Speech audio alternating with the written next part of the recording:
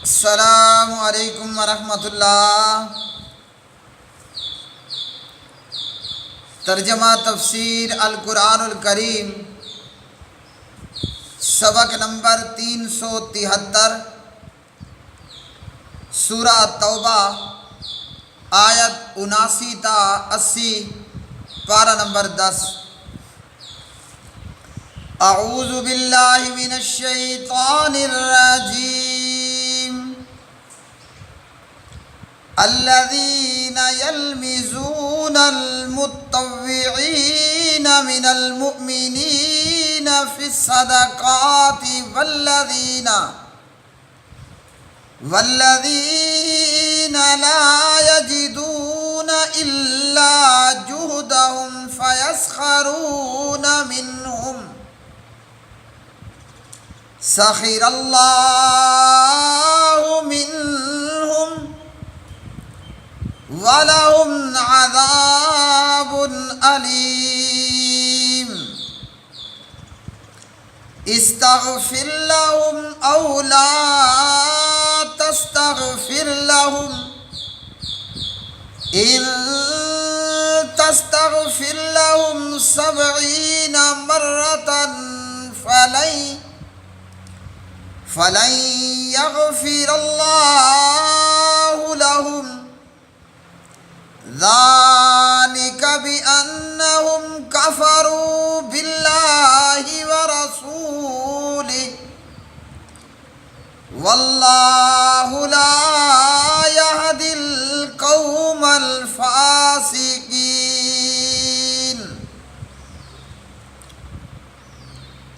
وہ لوگ جو صدقات میں خوش دلی سے حصہ لینے والے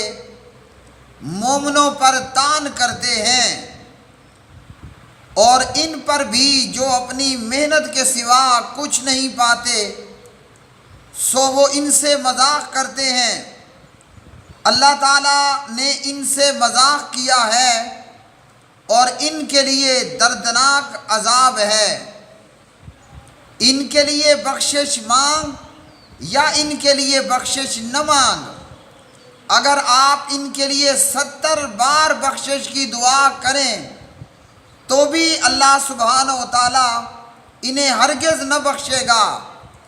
یہ اس لیے کہ بے شک انہوں نے اللہ تعالیٰ اور اس کے رسول صلی اللہ علیہ وسلم کے ساتھ کفر کیا، اور اللہ سبحانہ و تعالیٰ نافرمان لوگوں کو ہدایت نہیں دیتا۔ الذین، وہ لوگ جو یلمزون، تان کرتے ہیں، المطوعین، خوش دلی سے خیرات کرنے والے، من المؤمنین، مومنوں پر، فی الصدقات، صدقات میں، والذین، اور ان لوگوں پر جو لا یجدون، نہیں پاتے، الا، سوائے، جہدہم، اپنی محنت مزدوری کے، فیسخرون، پس وہ ٹھٹھا کرتے ہیں، منہم، ان سے، سخرا، ٹھٹھا کرے گا، اللہ تعالیٰ، منہم، ان سے، وَلَهُمْ، اور ان کے لیے، عذاب، عذاب ہے، علیم، بڑا دردناک۔ استغفر، آپ مغفرت مانگیں، لہم، ان کے لیے، او یا لا تستغفر، نہ مغفرت مانگیں، لہم، ان کے لیے، ان، اگر، تستغفر، آپ مغفرت مانگیں، لہم، ان کے لیے، 70 مرتن، مرتبہ، فلن یغفر اللہ، تو ہرگز نہیں بخشے گا اللہ تعالیٰ، لہم، ان کو، ذالک، یہ، بِأَنَّهُمْ، اس لیے کہ بے شک، کافروا، کفر کیا انہوں نے، باللہ، اللہ تعالیٰ کے ساتھ، ورسولی، اور اس کے رسول صلی اللہ علیہ وسلم کے ساتھ، واللہ، اور اللہ تعالیٰ، لا یہدی، نہیں ہدایت دیتا، القوم الفاسقین، نافرمان لوگوں کو۔ پیارے بھائی اور میری بہنوں، آج کا یہ سبق قرآن مجید فرقان حمید کی یہ آیات بینات اللہ سبحانہ و تعالی منافقوں کی ایک اور بری عادت کو کو بیان کرتا ہے۔ اور وہ عادت کیا ہے کہ جب صحابہ کرام رضوان اللہ علیہ تعالی علیہ مجمعین، صحابہ کرام رضوان اللہ تعالی علیہ مجمعین اپنے مال کو اپنی دل کی خوشی کے ساتھ اللہ کی راہ میں خرچ کرتے تو منافق ان صحابہ کرام پر طعن و تشنیع کرتے۔ جیسا کہ صحابہ میں سے اللہ کی راہ میں خرچ کرنے والے مالدار صحابہ حضرت عثمان رضی اللہ تعالی عنہ جیسے، جناب حضرت عبد الرحمن رضی اللہ تعالی عنہ جیسے، جناب حضرت ابو بکر صدیق رضی اللہ تعالی عنہ کے جیسے، جناب حضرت عمر بن خطاب رضی اللہ تعالی عنہ کے جیسے، تو یہ لوگ اپنا مال اپنی دل کی خوشی کے ساتھ اللہ کی راہ میں خرچ کرتے تو منافق ان پر طعن و تشنیع کرتے اور کہا کرتے تھے کہ یہ تو دکھلاوا کر رہے ہیں۔ اور وہ صحابہ جو اپنی محنت اللہ کی راہ میں آ کر خرچ کرتے تھے، پورا دن دہاڑی مزدوری کرتے، اور جو کچھ ان کو دہاڑی مزدوری میں ملتا یہ صحابہ کرام اپنی اس محنت کو آ کر پیارے نبی علیہ السلام کے سامنے پیش کر دیتے۔ کوئی مٹھی بھر کھجور تو کوئی جتنی مزدوری اس کو دن بھر دہاڑی کرنے پر ملی ہوتی، وہ مزدوری اللہ کے پاک نبی علیہ السلام کے پاس آ کر پیش کر دیا کرتے تھے۔ تو یہاں پر بھی منافق چپ نہ رہتے، یعنی جتنی منہ اتنی باتیں، ان صحابہ کرام پر بھی منافق اپنا منافقانہ تیر چلاتے اور یہاں بھی نشانہ بازی کرتے کہ جناب اس مٹھی دو مٹھی سے کیا ہونے والا ہے۔ غزوہ تبوک کے موقع پر جب پیارے نبی علیہ السلام نے اللہ کے دین کی سربلندی کے لیے چندے کی اپیل کی، جب پیارے نبی علیہ السلام نے جہاد فنڈ مانگا تو منافقین میں بڑے بڑے مالدار منافق لوگ، ان لوگوں نے اللہ کی راہ میں مال خرچ نہیں کیا، اور جو صحابہ کرام خرچ کرنے لگے تو یہاں پر بھی ان منافقوں نے اعتراضات کیے اور ان صحابہ کرام رضوان اللہ علیہ مجمعین پر طعن و تشنیع کیا۔ بعض کو تو ریاکار کہہ دیا، اور بعض کے کم مال خرچ کرنے پر، یعنی مزدوری دار دہاڑی دار صحابی جس نے سارا دن مزدوری کی اور دہاڑی کی، تھوڑی سی کھجوریں اسے دہاڑی اور مزدوری میں ملی، وہ تھوڑی سی کھجور اور محنت اور مزدوری سے کمایا ہوا دن رات محنت کیا ہوا مال اللہ کی راہ میں قربان کر دیا۔ تو یہاں یہ منافق کہنے لگے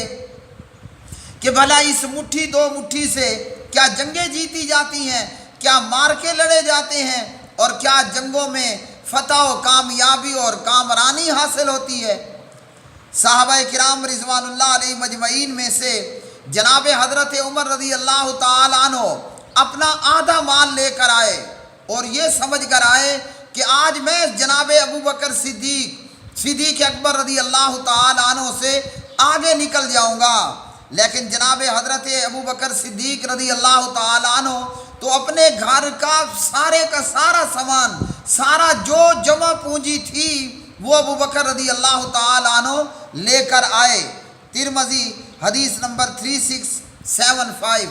علامہ البانی رحمہ اللہ تعالی فرماتے ہیں کہ یہ روایت حسن ہے۔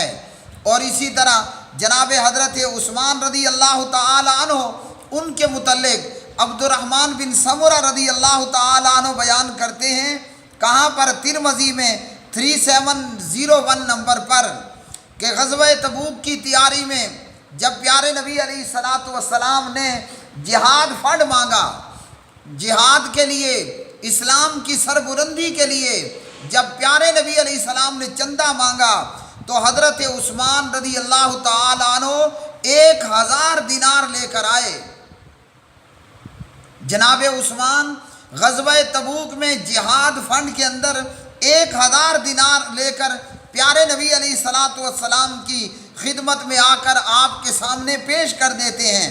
جناب عبد الرحمن بن سمرہ کہتے ہیں کہ میں نے دیکھا نبی علیہ السلام ان دیناروں کو الٹ پلٹ کر رہے ہیں اور ساتھ ساتھ فرماتے جا رہے ہیں کہ آپ نے 2 مرتبہ فرمایا آج کے بعد عثمان جو بھی عمل کرے، یعنی اس عمل کے بعد عثمان جو بھی عمل کرے وہ انہیں نقصان نہیں پہنچائے گا۔ تو ابو بکر اپنے گھر کا کل مال لے کر آ گئے، حضرت عمر اپنے گھر کا آدھا جمع پونجی لے کر آ گئے، اور جناب عثمان رضی اللہ تعالی عنہ نے سخاوت کے عالمی ریکارڈ قائم کرتے ہوئے 1000 دینار نبی علیہ السلام کے، یہ دینار سونے کا ہوا کرتا تھا، اور 20 دینار 7.5 تولے سونا بنتا ہے۔ کلمہ پڑھنے والے مسلمانوں،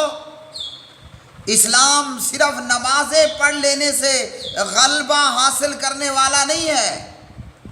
صرف نماز اور روزہ قائم کر لینے سے اسلام کو غلبہ حاصل ہونے والا نہیں۔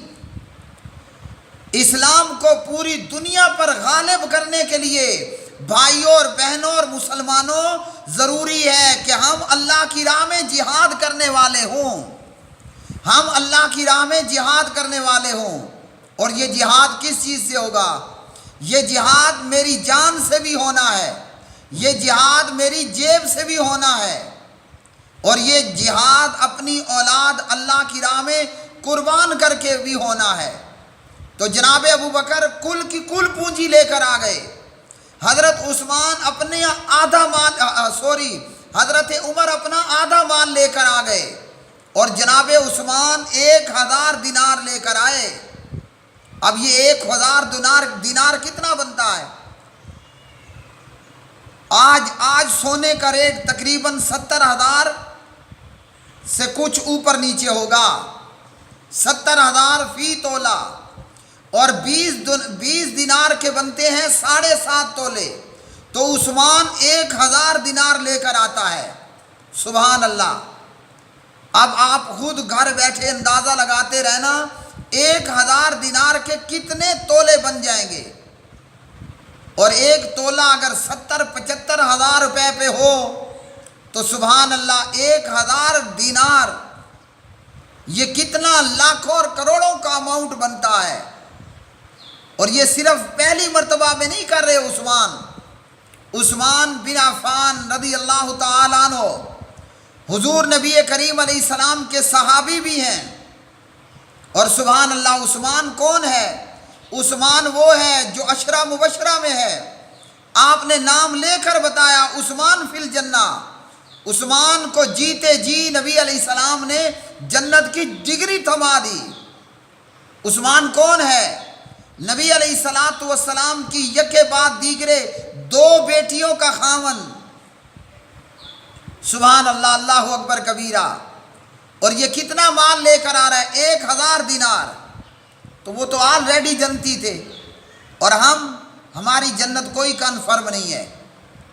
ہمارا جنت میں جانا کوئی کنفرم نہیں، میرے آپ کے ہاتھ میں جنت کی ڈگری اور سرٹیفکیٹ کوئی نہیں ہے۔ اور عثمان کو نبی علیہ السلام نے 1 مرتبہ نہیں کئی مرتبہ جنت کی ڈگری دی، سرٹیفکیٹ دیا، جناب عمر کو، جناب ابو بکر کو، جناب عثمان کو۔ عثمان کون ہے؟ اللہ اکبر۔ مدینہ طیبہ میں موجود احد پہاڑ، جو مسلمانوں سے پیار کرنے والا، جو پیغمبر سے پیار کرنے والا اور پیغمبر اس سے پیار کرنے والا، اللہ کے پاک نبی احد پہاڑ پہ ہیں۔ احد نے ہلنا شروع کیا، آپ نے فرمایا اے احد تھم جا، ٹھہر جا، پرسکون ہو جا، تیرے اوپر ایک نبی ہے، تیرے اوپر ایک نبی ہے، ایک صدیق ہے، اور 2 شہید ہیں، 2 شہید۔ آپ صلی اللہ علیہ وسلم احد پر تھے، آپ کے ساتھ آپ کے سسر جناب ابو بکر صدیق ہیں رضی اللہ عنہ، پیارے نبی احد پہاڑ پر ہیں، آپ کے ساتھ آپ کے سسر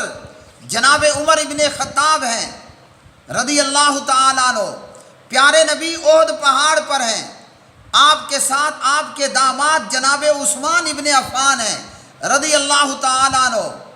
اور خود حضور نبی کریم علیہ السلام آپ تو فرمایا تیرے اوپر ایک نبی ہے، وہ جناب محمد الرسول اللہ صلی اللہ علیہ وسلم، ایک صدیق ہے جناب ابو بکر صدیق رضی اللہ عنہ،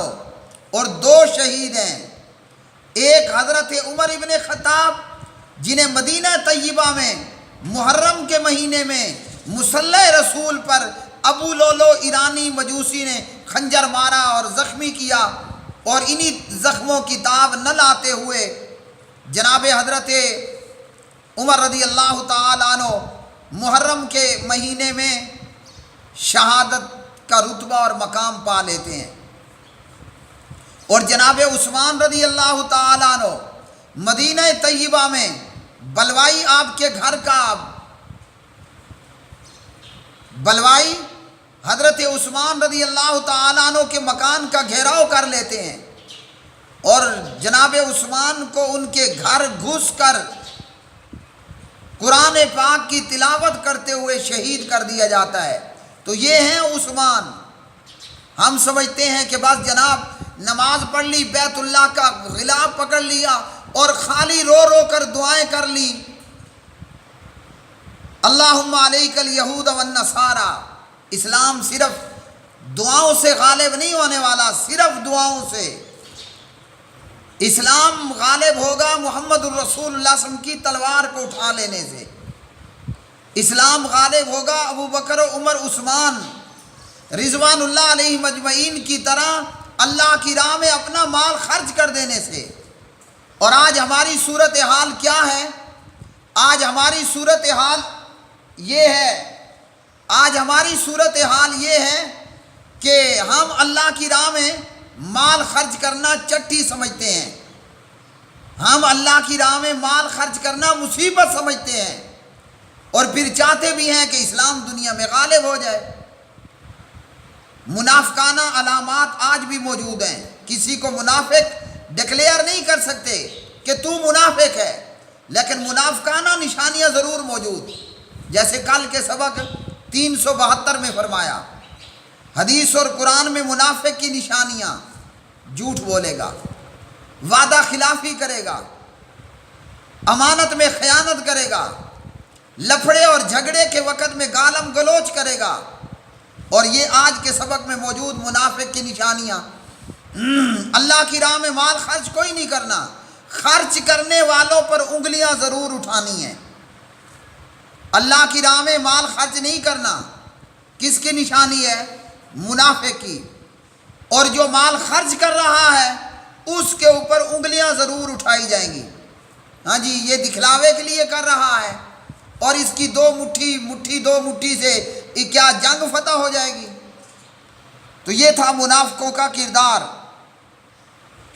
جناب ابو مسعود رضی اللہ تعالی عنہ فرماتے ہیں کہ ہم دن میں مزدوری کرتے، اور جو مٹھی دو مٹھی ہمیں مزدوری میں ملتی تو ہم اللہ رب العالمین کی راہ میں خرچ کر دیا کرتے تھے۔ تو اللہ رب العالمین نے منافقوں کے طعن و تشنیع پر اس آیت مبارکہ کو نازل فرمایا۔ پھر اللہ رب العالمین نے فرمایا ان منافقوں کے لیے آپ استغفار کریں یا نہ کریں، اللہ نے ان کو معاف کوئی نہیں کرنا، اللہ نے ان کو معاف کوئی نہیں کرنا۔ اور پھر آگے چل کر ان منافقوں کے لیے استغفار، مطلب منافق مر گیا اب اس کی جنازہ کی نماز نہیں پڑھنی، منافق مر گیا اس کی نماز جنازہ ادا کرنے سے روک دیا گیا اور منع کر دیا گیا ہے کہ منافق کے لیے استغفار نہیں کرنا۔ اس سے کیا معلوم ہوا کہ بد عقیدہ، بے عقیدہ، خراب عقیدے کا شخص اگر مر جائے تو اس کے لیے دعائے مغفرت کرنا منع ہے۔ ہاں کوئی زندہ ہے تو زندہ کے لیے دعا کرنے میں کوئی حرج نہیں ہے، جیسے دعا کی گئی کہ اللہم اہد قومی فانہم لا یعلمون۔ اور یہ بھی معلوم ہوا اگر بد عقیدہ بندے کے لیے پیغمبر بھی استغفار کر لے، بد عقیدہ مر گیا، جیسے آگے آئے گا عبداللہ ابن ابی ابن سلول، بد عقیدہ اگر مر جاتا ہے اس کے لیے اگر پیغمبر بھی معافی مانگے تو معافی کوئی نہیں ملنی، معافی کے لیے ضروری ہے اور اللہ اس کی معافی اس کے متعلق قبول کرے گا۔ گنہگار ہے مگر صحیح العقیدہ ہو، بے عقیدہ، بد عقیدہ، برے عقیدے والا، اس کے لیے پیغمبر بھی معافی مانگے، ایک مرتبہ نہیں 70 مرتبہ، تب بھی اس کے لیے معافی نہیں ہوگی۔ اللہ سبحانہ و تعالیٰ سے دعا ہے کہ اللہ رب العالمین ہمیں ہمارے اندر مومنانہ صفات پیدا فرمائے اور انہی کو اختیار کرنے کی توفیق عطا فرمائے، اور پاک پروردگار سے دعا ہے کہ اللہ رب رحمان ہمیں منافقانہ صفات سے بچائے، اپنی جان، اپنی زبان، اپنا مال، اپنا جیب، اپنی اولاد، سب کچھ رب العالمین اپنی راہ میں قربان کرنے کی توفیق عطا فرمائے۔ وآخر دعوانا ان الحمد للہ رب العالمین۔